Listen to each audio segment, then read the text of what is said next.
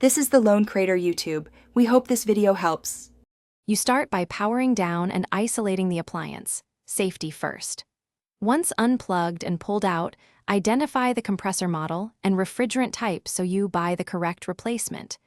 Make sure you have manifold gauges, a recovery cylinder, vacuum pump, and braze materials ready.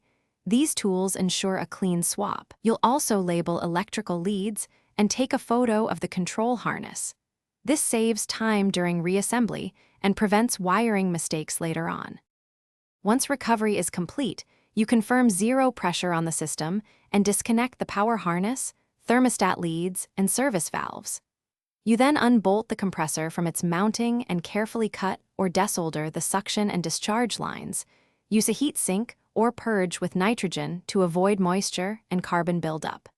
Make sure to cap both lines immediately to keep contaminants out. This stage is delicate because improper brazing or neglecting a nitrogen purge will ruin the new unit.